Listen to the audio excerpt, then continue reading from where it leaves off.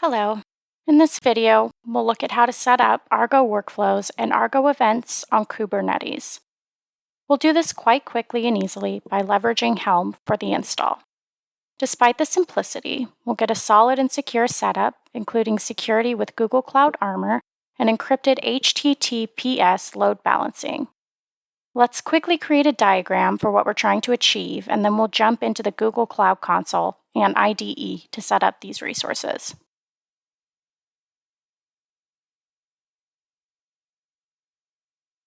Helm is going to provide tremendous convenience for us when we set up Argo workflows and Argo events, given its package management function. The Argo project publishes Helm charts for installation, so we can leverage those official resources and the related documentation.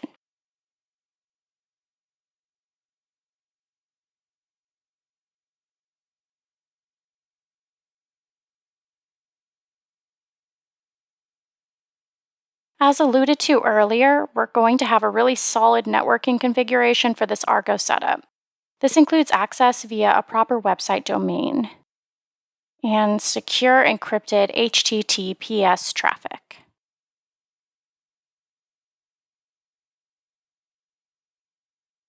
You may have different requirements for the networking and also the security configuration. In this case, we still expect this video to be helpful. You may just need to tweak configurations a bit for your particular situation.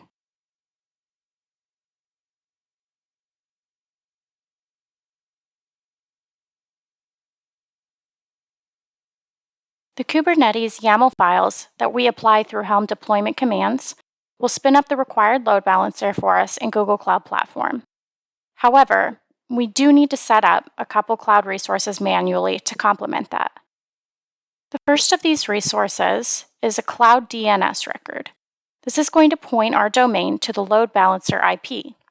You can absolutely use other DNS providers for this step. Next, we'll set up a static IP. This static IP is going to be IPv4 and will allow us to use an HTTP to HTTPS redirect in our load balancer configuration. Finally, we're going to set up a very simple Cloud Armor policy, which will give us source IP filtering. We're going to apply source IP filtering because we've decided to not cover SSO in this video and need to account for that in our security layers. There are simply too many different possible configurations for SSO across a wide range of SSO providers, so we're just going to point to the documentation on that one.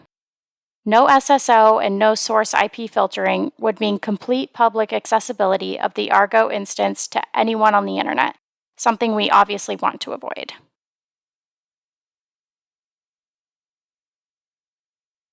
Ultimately, all three of these resource setup steps are going to feed into and be used by the Cloud Load Balancer.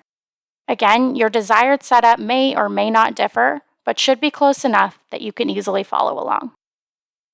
With what we're trying to achieve now established, let's jump into the console. To make our lives a little bit easier, we're going to use the Google Cloud Shell and the associated IDE in order to run commands and manage files in this demonstration. You can, of course, use a local IDE running on your laptop. The files that I'm showing here are available in a GitHub repository, and a link is in the description of this video. We ultimately have two steps for the installation. The first one is just going to be a one-liner Helm install command.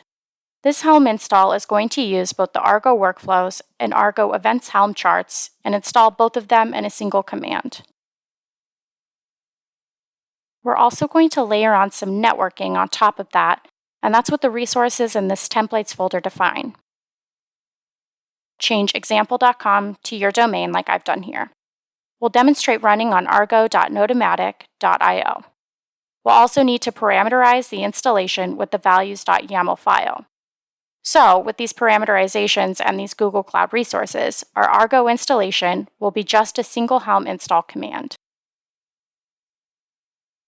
Once we're done with the Argo installation, we'll set up some application-level resources as well. These allow us to run Argo workloads in an effective and isolated way. This second step is not strictly necessary to have an Argo instance running successfully, but it is important when we want to actually use Argo for event flows and workflows. To recap, we'll manually set up a couple networking resources, run our Helm install command, and then run a kubectl apply to get everything running. So coming back to the tab here with our Cloud Console, let's first set up that Cloud Armor policy.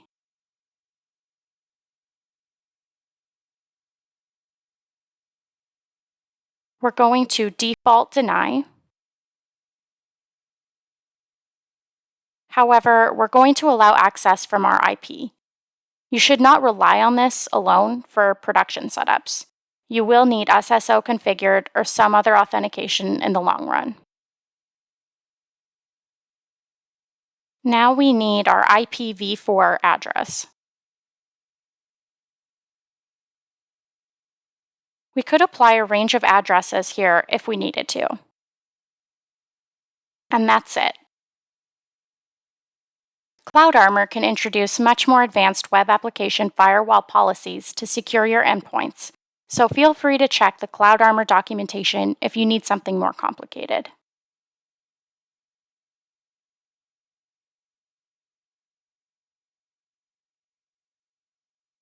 When we run this Argo system, we're going to do it on argo.nodomatic.io. However, you need your own domain for running your Argo system. You may want to note the name of your IP address since you'll need it for the values.yaml file later. Make sure to use a global static IP and IPv4.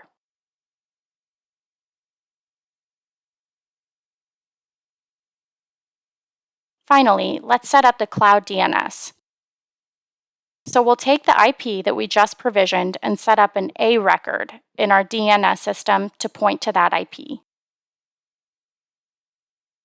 With all these services, we can either search for them in the search bar or pull them up from the main menu.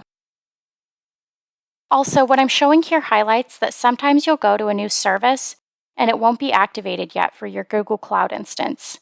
If that's the case, just go ahead and click Enable to enable the API. I actually already have a DNS zone for this domain in a different project, so I'm going to switch to that very quickly. And we're going to set up a new record. You can set up this sort of a record at any DNS provider. It does not need to be Google Cloud. All right, great. We have the manual networking setup steps done. Next, we just need a Kubernetes engine cluster to be able to install our Argo workflows and Argo events system. Since I'm done with the DNS, I'll switch back to our original demo project and we can set up our Kubernetes cluster.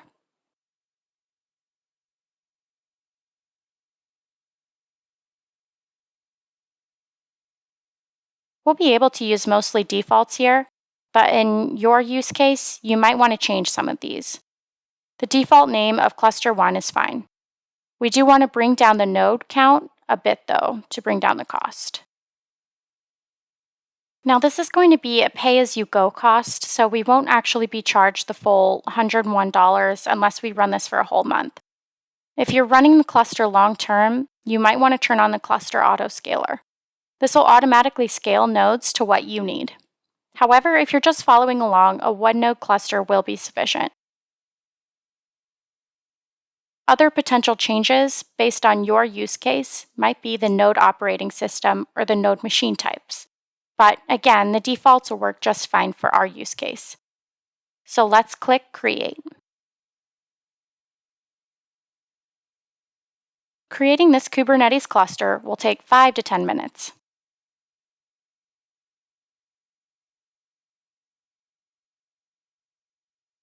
All right, and now we have the green check mark indicating that the configuration, deployment, and health checking all completed successfully. So with our networking and cluster steps done, let's go ahead and run our installation command. Now, from our IDE, if you're not already initialized with Google Cloud and properly authenticated, you'll need to run this gcloud init command. You'll also need the kubectl CLI and the Helm CLI for these steps. Again, the required CLIs are gcloud, kubectl, and Helm. We already have the gcloud CLI configured in our interface here because we're using the Cloud Shell IDE. Further, the Cloud Shell IDE already includes the kubectl and Helm CLIs. So in the chart directory, we first need to make sure our dependencies are up to date. We'll run a Helm dependency update and should then see our 2 charts for workflows and events in this charts directory ready to go. Next, we're going to get the credentials for our cluster. And I'm going to refresh my terminal here so that I can get a fresh authentication.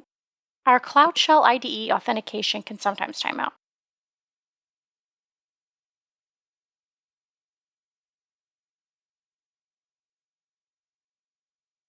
We need to get our cluster credentials with the command of this format right here. We need to specify the name and the zone that we used for the cluster setup. We'll test our connection with the kubectl command, and that looks good. It's able to check for pods. We don't have any pods actually running yet, so let's change that by running our Helm installation. We need to be in the chart directory for that to work. All right, great. So it's primarily going to create service accounts, pods, and services for the Argo workflow and the Argo events systems.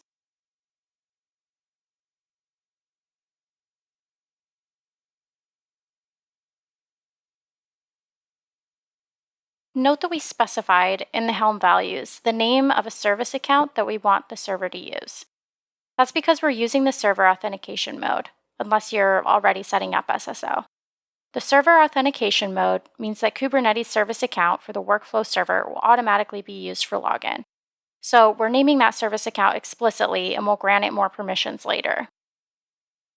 The key resource that we need to keep an eye out for during provisioning is the ingress. We can see that it already picked up our static IP and we can further check out the ingress creation process. So everything looks good. It's creating our certificates, our load balancer, and synchronizing with Google Cloud. Let's check these resources in the console now. In Network Services and then Load Balancing, we should be able to see that Load Balancer now coming up. And while it looks like 2 load balancers, the second one is actually just a redirect to HTTPS to ensure that we're always using secure encrypted communication. So this is effectively just one load balancer. We can click into the HTTPS one to see how our SSL certificate provisioning is going. This is going to take some time.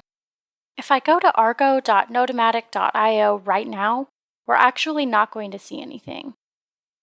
We need to wait about 10 minutes or so for the certificate to provision. Google warns us that sometimes this process can take upwards of 24 hours, but we typically see a much faster provisioning.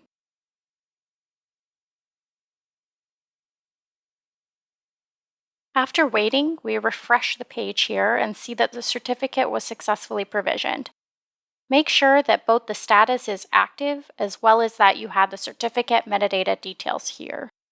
Even after the provisioning is complete, if we go to argo.notomatic.io, it may take another minute or 2 for Safari to pick up on those changes.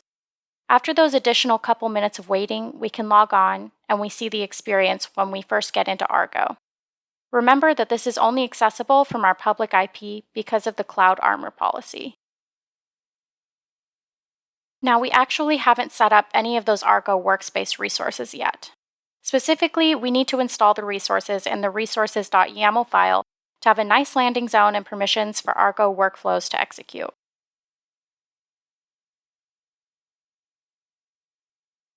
We can highlight the need for these resources if, for example, I click Create here. We can't create anything. The more we play around here, the more we'll realize that there's not much we can do. To highlight the source IP filtering, we can use this Cloud Shell terminal to make a web request to Argo. It's going to give us a 403 because, again, we have that Cloud Armor policy.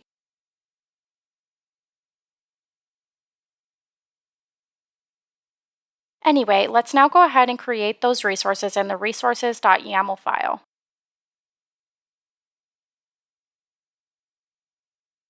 To walk through those briefly, we first have a namespace.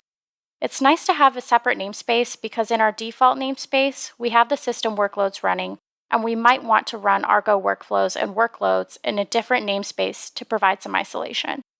So that's what we're creating here. Now, Argo events needs this event bus here, which is powered by Jetstream. To be able to do the event-based orchestration with Argo events, we need this event bus. We install this in the workflows namespace because that's where we want workflows and event orchestrations to run. We'll also create a service account in case we want to propagate the same permissions as the server has. That is, this gives us a second service account separate from the server to be able to run things in this workflows namespace. And lastly, we have a role we're going to apply to both the Argo server as well as that secondary service account. Now, this is an area that you very well may want to customize. This is just an example which showcases how to run workflows in a namespace that's separate from your workflow server. This setup also highlights the potential for using additional service accounts and RBAC for workflow permissions control.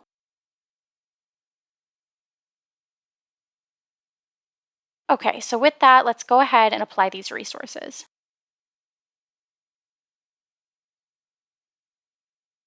You may wonder why we didn't bring these resources into the templates folder for our Helm install command. Why didn't we make the two-step process of a Helm install and then a kubectl apply into just a one-liner of the Helm install by moving this file into this folder? Well, that's particularly because those resources here use custom resource definitions that are created during the Helm install. So there's a bit of a prerequisite and a dependency there, and we can't bundle these into the Helm install itself. Again, feel free to play with this process and change it to your own liking, but we're separating the resources.yaml out just to make it a little bit easier to follow. Great, so now with our permissions set up, we can go ahead and start creating resources. So to highlight the Argo events portion of our Argo workflows instance, let's maybe create an event source. And let's change the workspace to use the workflows namespace that we just created so that workflows are isolated to a dedicated workspace. This is a pretty simple event source, which is just going to create events at a 10-second interval, like clock ticks. And now that we have those permissions, we can create resources in Argo. That went through fine, so we now have the event source running in our workflows namespace. We can actually see this with kubectl commands as well. There's our event source and the default namespace where we're running our system workloads like the Argo server itself. Note that we don't have anything there. That is completely as expected. Next, let's go ahead and create a sensor. For this, we're going to make one small change from the example. We want this specification to actually leverage a non-default service account. By default, when we run workloads, they're going to use the default service account for the namespace. However, we actually want to pass a little bit more permissions than that, and we don't want to apply a bunch of permissions to the default service account. That's the motivation for the setup here, as well as our resources.yaml file. Okay, so it's going to use our calendar event source that we set up previously. This workflow is just going to echo a string. It's a hello world sort of workflow. We're going to create that here, and again, as before, we can view these as Kubernetes resources. Let's see the number and type of pods in our workflows namespace. So we have our event bus, which by default creates 3 pods here. That's going to help us run these event-based workflows. Next, we have our workflow sensor and a workflow created from that. So let's run this again, and we see that we're starting a new workflow every 10 seconds. Let's jump into the Argo UI to see these things graphically. So let's go to Event Flows. We see our event source, we see the sensor that's being triggered from that, and we see these workflows. We have 4 hidden workflows, one in progress and one in completed. Let's see that completed one. Let's, for example, look at the logs. And there we see our workload running successfully. So we have our hello world sort of workflow. Just to recap the architecture, these are all the pieces that we set up. We used Helm to install both Argo workflows and Argo events together. We also have this really nice networking layer on top that uses HTTPS, an HTTP redirect, and some Cloud Armor policies to give us a solid networking foundation. I've mentioned it multiple times already, but just to reiterate, you should set this auth mode to SSO for production configurations. If you're just playing around with Argo, just learning how to install it or just following along with us, server auth should be totally fine. However, make sure that before you start using actual data or production workloads, that you're changing this to SSO and provisioning a valid configuration for it. Let's finish by very quickly looking at the costs for this sort of setup. Ultimately, we're going to have 2 buckets of cost here. One bucket is going to be things that are relatively low cost. Then we're also going to have some relatively high cost resources. I'm removing the Argo models from our diagram just to highlight that Helm and Argo don't incur costs directly. These are free and open source, so we just need to pay for the infrastructure that runs them.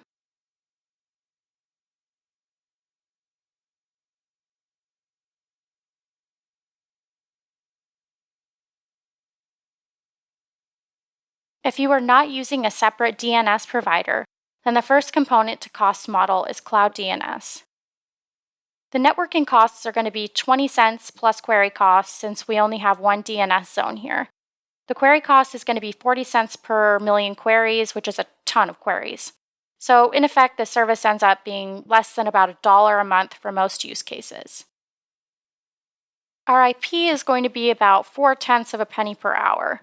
So the cost there ends up being a little bit under $3 a month.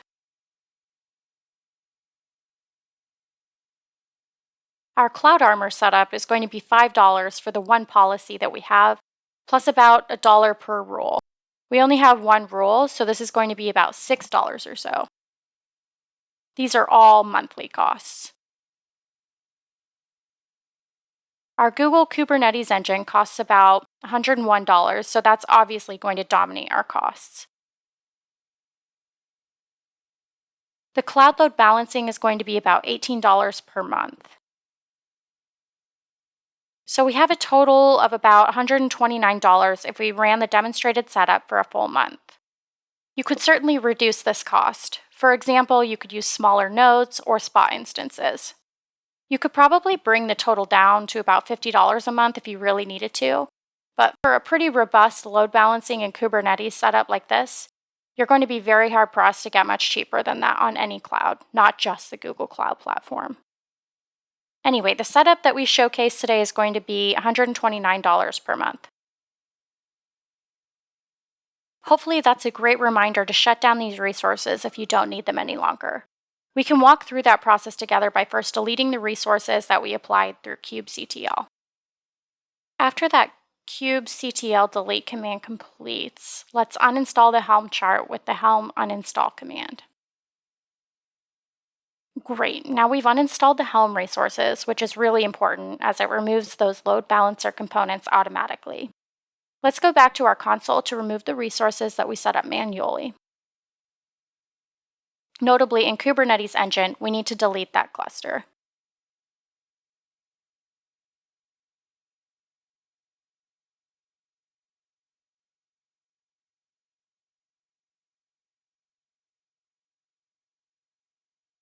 If we go to our network services, we can double check that our load balancer was correctly removed, which it was. Then remove the DNS records. Remember, I have that DNS record in a different project, so I'm going to switch to that real quick to complete the delete operation.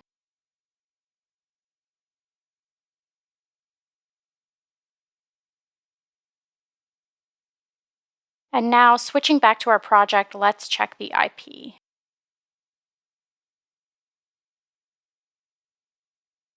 It's really important to remove these IP addresses if they're not used because the costs are higher for IP addresses that aren't actively used. So this is actually $7 per month instead of the $3 that we had talked about earlier.